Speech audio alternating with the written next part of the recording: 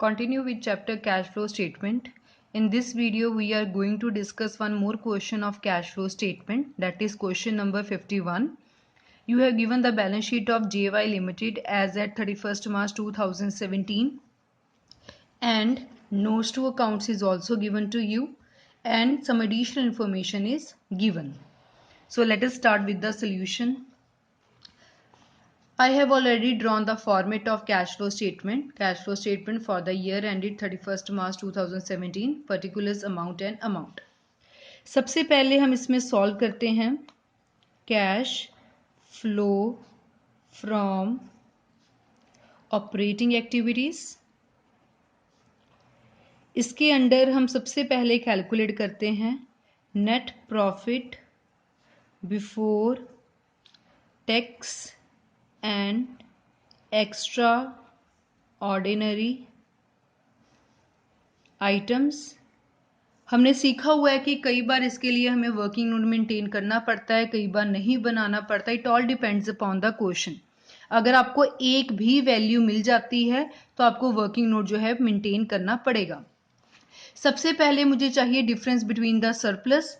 So difference between the surplus मुझे reserve and surplus से पता लगता है। रिजर्व एंड सरप्लस के आगे लिखा गया है नोट नंबर 1। सो डायरेक्टली मैंने नोट नंबर 1 में देखा यहाँ मुझे सरप्लस गिवन है।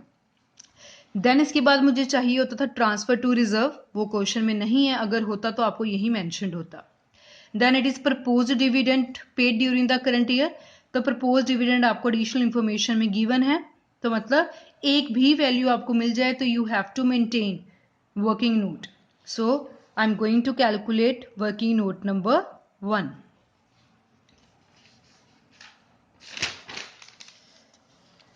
Working note number 1, calculation of net profit before tax and extraordinary item. सबसे पहले इसमें हमें चाहिए डिफरेंस बिटवीन द सरप्लस। अब डिफरेंस बिटवीन द सरप्लस का क्या फॉर्मूला होता है? Closing minus opening. सो आपको क्लोजिंग गिवन है 1 लाख, सो मैंने क्लोजिंग लिख लिया 1 लाख माइनस, अगर ध्यान दे तो आपको ओपनिंग बैलेंस 25,000 ब्रैकेट में गिवन है। अगर ये आपको ब्रैकेट में गिवन है मतलब ये नेगेटिव वैल्यू है। सो माइनस तो जो मैंने लिखना ही था और जो 25,000 नेगेटिव है उसको भी मैंने ब्रैकेट में लिख लिया। तो ये मेरे पास आ गया, इसको मैंने मैथमेटिकली सॉल्व किया। 1 lakh plus 25,000 minus minus plus, it comes to be 1,25,000। Then transfer to reserve is not given. Propose dividend given है, सो लिख लिया propose dividend paid during current year. सबको पता है पिछले साल वाला इस साल दिया जाता है, इस साल वाला अगले साल दिया जाएगा। सो 16 वाला 17 में, 17 वाला 18 में, तो हमने सिर्फ 16 वाला ध्यान रखना है, दैट इज 50,000। सो यहाँ मैंने लिख लिया प्रपोज डिविडेंड 50,000। इसके बाद फॉर्मेट में आता था interim dividend, that is not given in the question, अगर होता तो एडिशनल इंफॉर्मेशन में पता लग जाता। Then it is provision for tax. Provision for tax आपको शॉर्ट टर्म प्रोविजन से पता लगेगा, हम लेते हैं सिर्फ करंट ईयर की, दैट इज 1,25,000। सो लिख लिया मैंने provision for tax made during current year 1,25,000। इसके बाद हमारे पास आता था extraordinary item if debited, that is not given in the question, skip कर लेंगे। लेस में आता था refund of tax extra ordinary item if credited, that is not given, skip कर लेंगे। सो पहला वर्किंग नोट हमने सॉल्व कर लिया, इन तीनों को प्लस करके मेरे पास वैल्यू आ गई 3 lakh. This is my final answer of working note number 1। सो जो ये वाली वैल्यूज है यहाँ मैंने मेंशन कर दी 3 लाख। इसके बाद इसमें आता था adjustments for non cash and non operating items. सबसे पहले इसमें हम ऐड करते थे डेप्रिसिएशन। तो डेप्रिसिएशन के बारे में आपको टेंजिबल एसेट्स के नीचे गिवन है या वर्किंग नोट में गिवन होगा, नीचे एडिशनल इंफॉर्मेशन में नीचे तो कुछ भी नहीं गिवन, यहाँ आपको गिवन है क्यूमुलेटिव डेप्रिसिएशन। एक्यूमुलेटिव डेप्रिसिएशन का मतलब होता है वो वाली डेप्रिसिएशन जो हम हर साल इकट्ठा करते रहते हैं। बट हमें कौन सी चाहिए? हमें चाहिए सिर्फ depreciation of the current year, सिर्फ करंट ईयर की।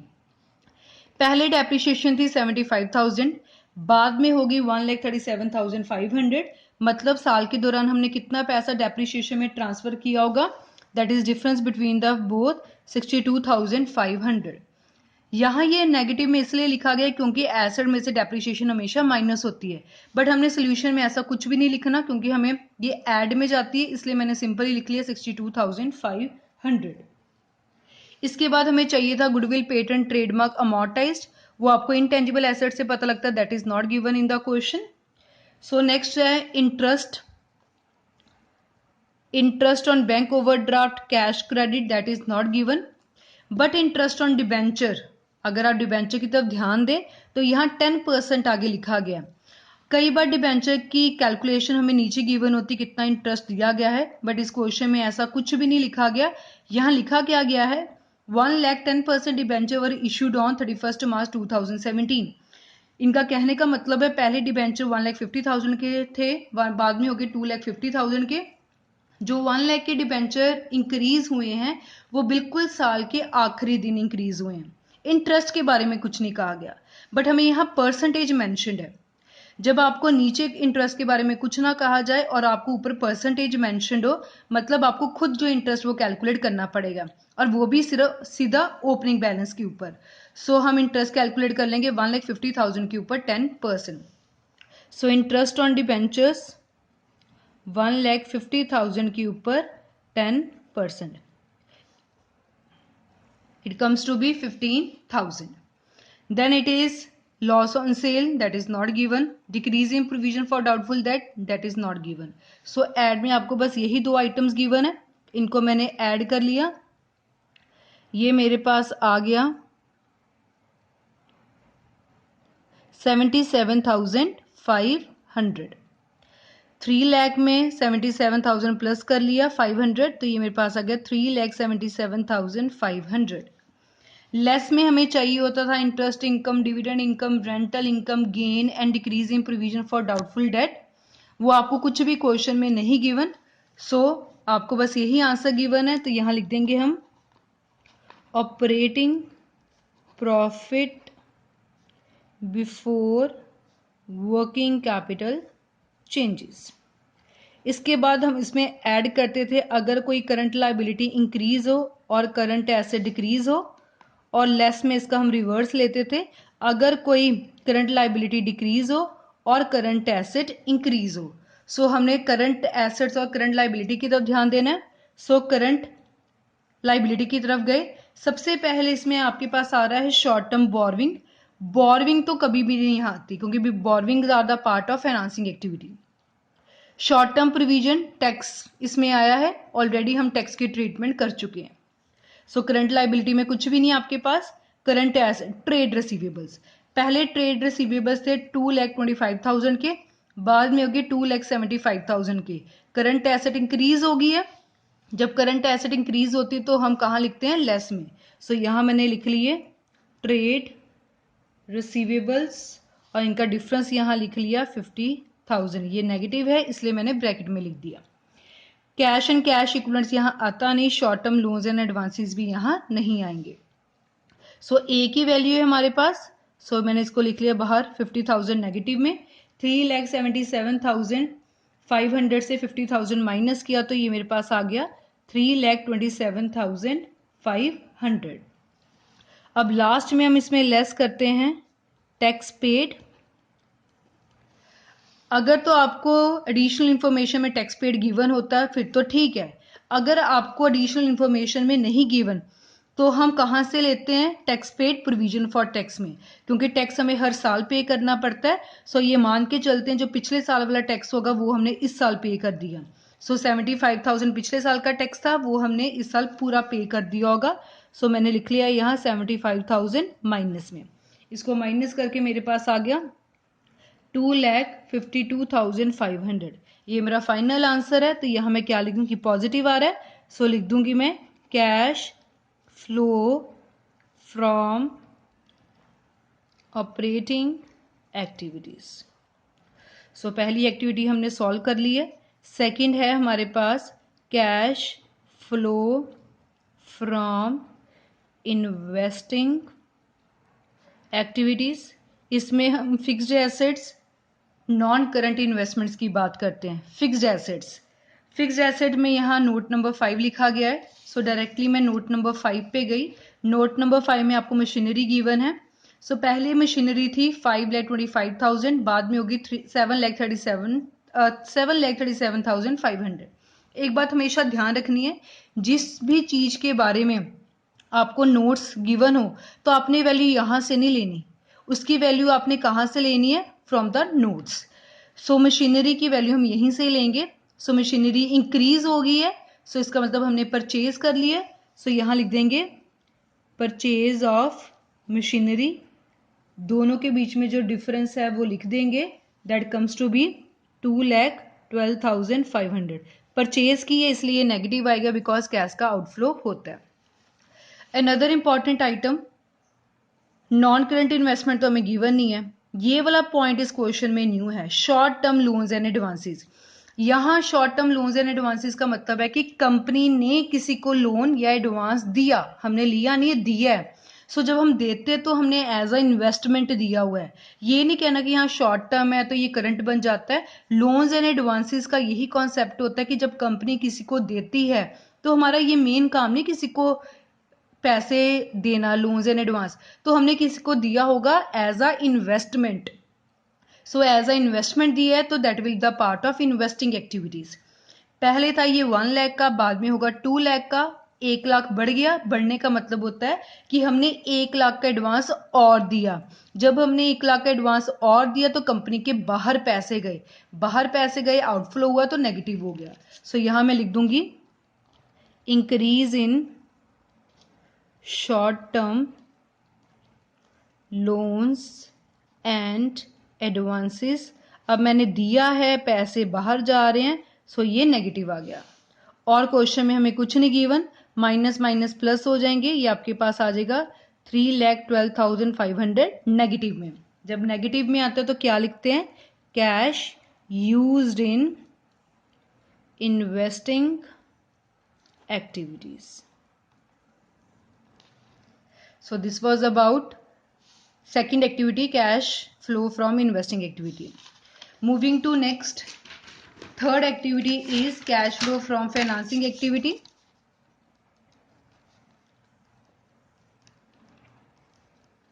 Cash flow from financing activities. इसमें हम शेयर्स, डिबेंचर्स, बैंक लोन, उनके इंटरेस्ट, डिविडेंड के बारे में बात करते हैं। शेयर कैपिटल 5 लाख 5 लाख, मतलब कोई इंक्रीज नहीं कोई डिक्रीज नहीं, तो ये तो यहाँ आएगा ही नहीं। Long term borrowings, note number 2। So directly हम चले गए नोट नंबर 2 पे। डिबेंचर्स पहले थे 1,50,000 के, बाद में हो गए 2,50,000 के, मतलब 1 लाख इंक्रीज हो गए। इशू किए डिबेंचर तो हमें पैसा आ गया। सो यहां मैंने लिख दिया issue of debentures 1 lakh. Positive होगा क्योंकि जब डिबेंचर्स दिए जाते हैं तो पैसा हमें रिसीव होता है। साथ में इसका इंटरेस्ट भी डाल देंगे। So interest paid on debentures, जैसे हमने ऑपरेटिंग में सॉल्व किया था सेम वही। 1,50,000 का 10% कम्स टू बी 15,000। अब इंटरेस्ट दिया है, सो ये क्या आ जाएगा, नेगेटिव। सभी बोरविंग्स यहाँ आती हैं, शॉर्ट टर्म बोरविंग भी यहीं आएंगी। बैंक ओवरड्राफ्ट पहले था 1 लाख का, बाद में हो गया 1,50,000 का, बढ़ गया, मतलब हमने बैंक से और जो है बैंक पैसे जो है ले लिए। सो यहां मैंने लिख दिया बैंक ओवरड्राफ्ट रेज्ड, हमने और ले लिया। कितना लिया, और 50,000, हमें 50,000 की जो अमाउंट है वो रिसीव होगी। इसके बाद और इसमें क्या आएगा, डिबेंचर्स हमने लिख लिया, उसका इंटरेस्ट लिख लिया। लास्ट में आपको डिविडेंड गिवन था एक, जब शेयर्स यहाँ आते तो उसका डिविडेंड भी तो यही आएगा, प्रपोज डिविडेंड जो हमने पिछले साल वाला पे किया था। सो यहाँ लिख दिया प्रपोज्ड डिविडेंड पेड, ये पे किया है, सो 50,000 नेगेटिव में आएगा। सो इनको सॉल्व किया, ये सॉल्व करके आपके पास आ गया 85,000, पॉजिटिव आ रहा है। सो मैंने लिख लिया cash flow from financing activities. अब हमने तीनों एक्टिविटीज को सॉल्व कर लिया है। सो ऑपरेटिंग का आपके पास फाइनल आंसर आ रहा था 2,52,500 पॉजिटिव में, इन्वेस्टिंग का आपके पास आ रहा था 3,12,500 नेगेटिव में, और फाइनेंसिंग का आपके पास आ रहा है 85,000 पॉजिटिव में। तीनों को हमने सॉल्व कर लिया, ये आपके पास आ गया 25,000 पॉजिटिव। पॉजिटिव आया है तो यहां मैं क्या लिखूंगी, net increase in cash and cash equivalents. अगर नेगेटिव आता तो नेट डिक्रीज लिखती। अब इसमें मैं करती हूं eight opening balance of cash and cash equivalents. पहले भी बताया कि कैश एंड कैश इक्विवेलेंट्स में क्या क्या आता है, cash in hand, cash at bank, marketable securities and current investment. तो देखिए क्वेश्चन में हमें क्या क्या गिवन है, हमें क्वेश्चन में सिर्फ cash and cash equivalents given है और यहाँ कुछ भी नहीं गिवन। सो इसका हम ओपनिंग बैलेंस लेंगे, ओपनिंग बैलेंस इज 25,000। सो इसमें मैंने 25,000 प्लस कर दिया, मेरे पास टोटल आ गया 25 प्लस 25 50,000।